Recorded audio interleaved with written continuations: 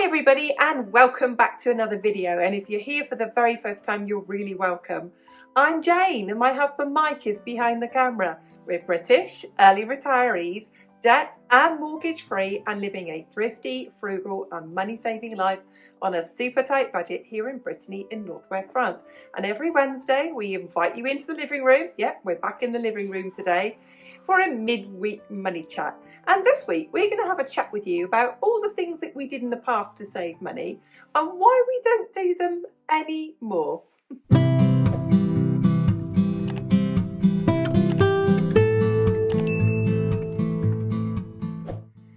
Now Mike and I got together in our late 20s and here we are in our late 50s and we're still having to do everything that we can to save money. But what we've done to save money and why we've done these things to save money and how we've had to save money has obviously changed over that time. There are some things that we've done and we've always done and we will continue to do. But lots of things that we've had a really good try at. We've tried it and it didn't work for us. It maybe was more hassle than it was worth, or maybe it just didn't save us any money. So let's get going in no particular order. Quick canter through the things we've tried in the past to save money, what we don't do anymore and why.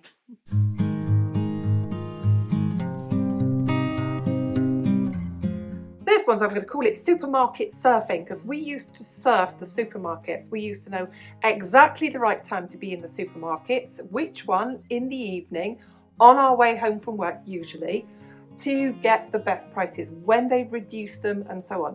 Whereas we don't do that anymore. We did it for many, many years and it was a brilliant thing to do. We knew exactly when to get into Morrison's. We knew exactly what they were going to reduce. We knew where it was in the shop. Sunday afternoon, we would be in the Co-op because it would shut at 4 o'clock, and we would be in there dead on 3 o'clock because then they would drastically reduce things. We would fill the freezer up with bread. We would buy fruit and vegetables for the week. We could almost do all of our shopping with reductions, with supermarket reductions. I think all of us would agree that with the change in the economy that is really, really different now. We're not seeing those massive reductions because people are buying them when they first reduce them.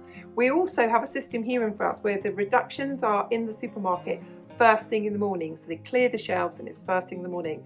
And you are a braver man than me to brave the rush to get those first thing in the morning. We've witnessed it and it's a sight to behold.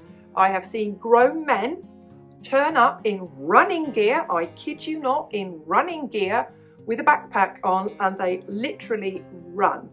So I'm leaving it to those people who are that determined to get the bargains. I'll find other way to get the best prices that I can for food. But no, we no longer surf the supermarkets, and there are plenty of them around here with reductions. Of course we buy reductions, but only incidentally. So we're not there first thing in the morning. We're not getting in there with the throngs and the crowd. We'll leave it to other people.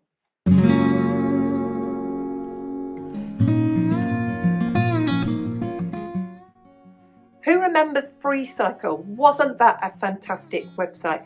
Now, if you live in the UK, you'll know full well that if you want items taken away from your house, it's going to cost you money. You'll need to pay a man in a van or someone to take it to the tip for you or take it away for you. And one thing that we used to really make the most of when we lived in the UK was Freecycle. And there are many things that we've got for absolutely free. I remember we getting an under-counter fridge. We got a spare little freezer, fitted very nicely in the cupboard under my stairs.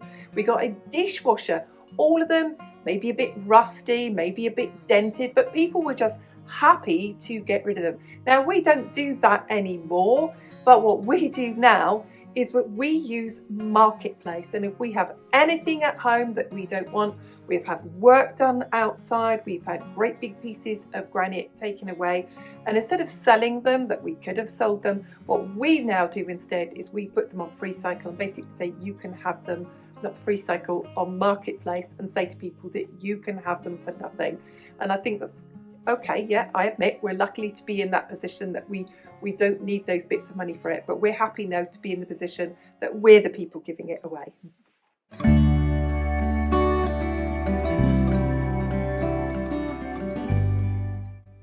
past, especially when I was really trying to save money and put as much money into savings as I possibly could, there were things that I used to do on a very regular basis. So I used to buy wax strips and cut them and wax my own eyebrows. Wax around my upper lip, for example, with wax strips. I used to cut my own hair. It was pretty easy to cut my own hair. Or I'd get a friend to cut my hair for free. And I used to colour my own hair myself. And all of those things saved me money over time. And then I reached a point in my life when I said, you know, I'm just had enough of colouring my own hair. It's been quite a few years now since I've stopped colouring my own hair. But that's something I stopped doing. So I stopped buying those box dyes to colour my hair. Another thing that I do now is I pay someone to cut my hair. I have my hair cut about twice a year. And another thing that I pay people to do is I now pay someone to wax my eyebrows.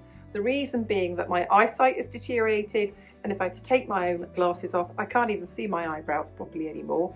And I definitely couldn't see properly to put the wax strips on. So those are things, though. I pay people to cut my hair and I pay people to wax my eyebrows, partly because it just means a bit more to me. And I like having the hairdresser around to cut my hair. I also like having someone around to look after my eyebrows as well. So those are things that I've done in the past to save money. Tell me, do you colour your own hair? Do you do your own waxing? Do you wax your own eyebrows? Or is your eyesight good enough to do that? Because it can certainly save you money, even though I don't do that anymore.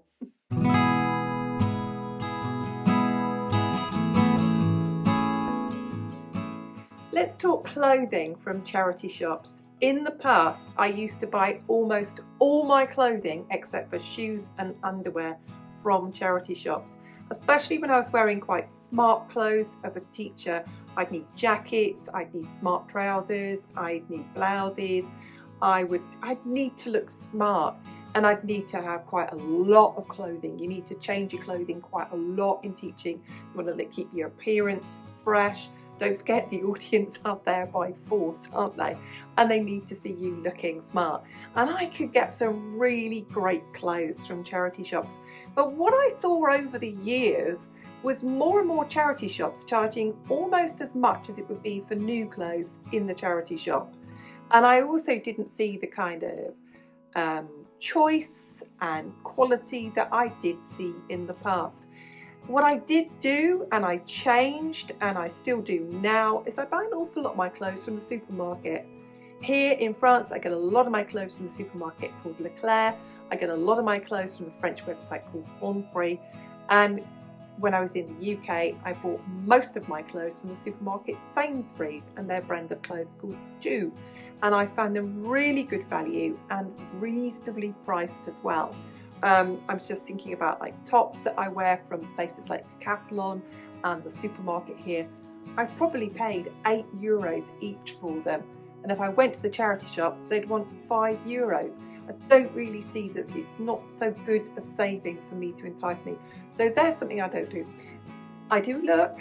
I always look at the clothes in the charity shop. You can still find some gems. Tell me, if you're still buying clothes in the supermarket, what's been your best buy recently? Let me know.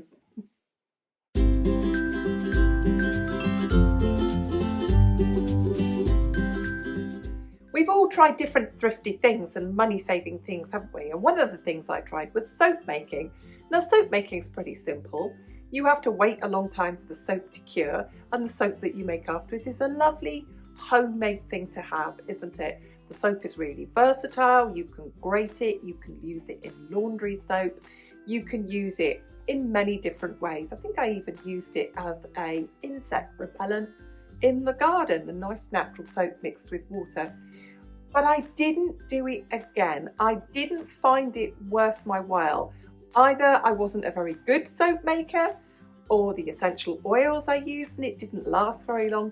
But I do like my personal cleansing products to have a really lovely fragrance. So like I said, it was good whilst it lasted, but I didn't continue with it. And another thing I tried is once you've made your own soap, is you can grate it and you can add washing soda to that, and you can use it as your own laundry soap.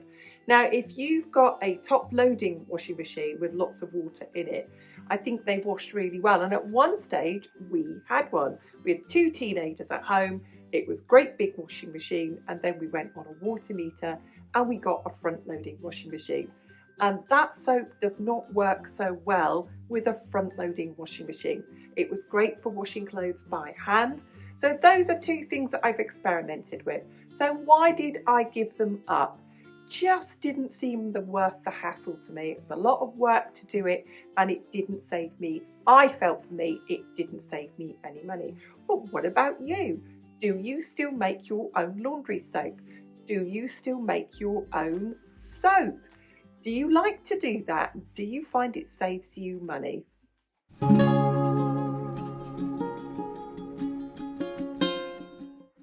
British shoppers, who remembers that fantastic online store? And I'm sure it's still going, Approved Foods. They're a great way to buy food in bulk, short date, massive discounts. And we did that for quite a long time. But in the end, I will admit, I think we had food stuffed in every cupboard, the drawers under the bed, the cupboard under the stairs. And then we had got to the point that you've just got to eat down those supplies. Now, I think it's far more mainstream now that we're seeing those short date food stores everywhere. They're really common here in France. And I'm just thinking about Rogers in Plymouth and those stores and how popular those are. But like I said, it's something that we've tried in the past. I think now it's just the 2 of us and we're not spending that much money on food that we used to do. We're not buying as much food as we used to. That we fell out of love with that way of shopping. And like I said to you earlier, we find those bargains incidentally, and we find other ways to find those bargains. But no, we are not buying in bulk online anymore.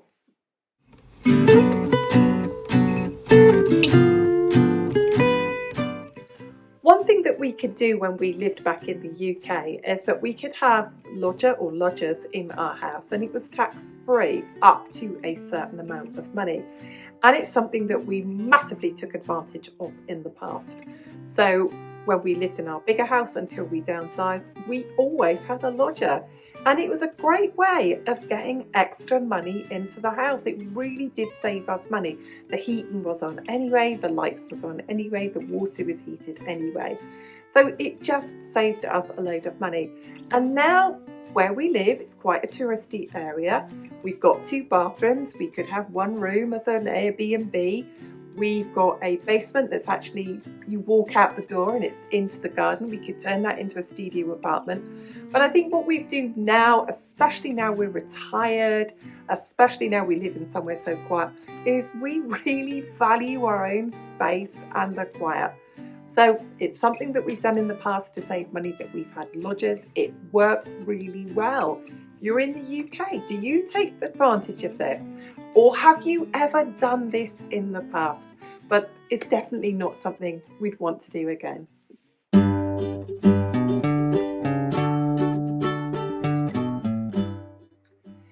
The next one we no longer do is frequent auctions. Now, auctions are a superb place to get some real bargains. And that's exactly what we used to do. We used to go to, the royal we, Mike used to on our behalf, go to an auction house in Plymouth called Shoebrooks. And Shoebrooks specialised in certain auctions that sold house clearance or shop clearance. And sometimes you could go in there and you could get electronics so cheaply. And what Mike used to do is he used to go and buy certain radios, often vintage radios, mostly Roberts radios, and cameras. And because he knew those really well, and he used to put in what Mike calls a cheeky bid. So very, very, very low bids on them. And if you were lucky, nobody else would be bidding, and you could get these items extraordinarily cheaply. And then what we used to do was sell them on eBay and make a bit more money that way. But we no longer use auctions, and I think we no longer use it because Facebook Marketplace has taken the place. And we really keep our eyes open on Facebook Marketplace instead. I'm always looking for fabric. I've noticed now with British people that a lot of them will come, they'll retire here, and often they will then buy somewhere, a big farm or a big house, and then they will downsize as they get older, and they'll have a good clear out of everything in their house. So we don't go to auctions anymore, but we find all our absolute best bargains now on Facebook Marketplace.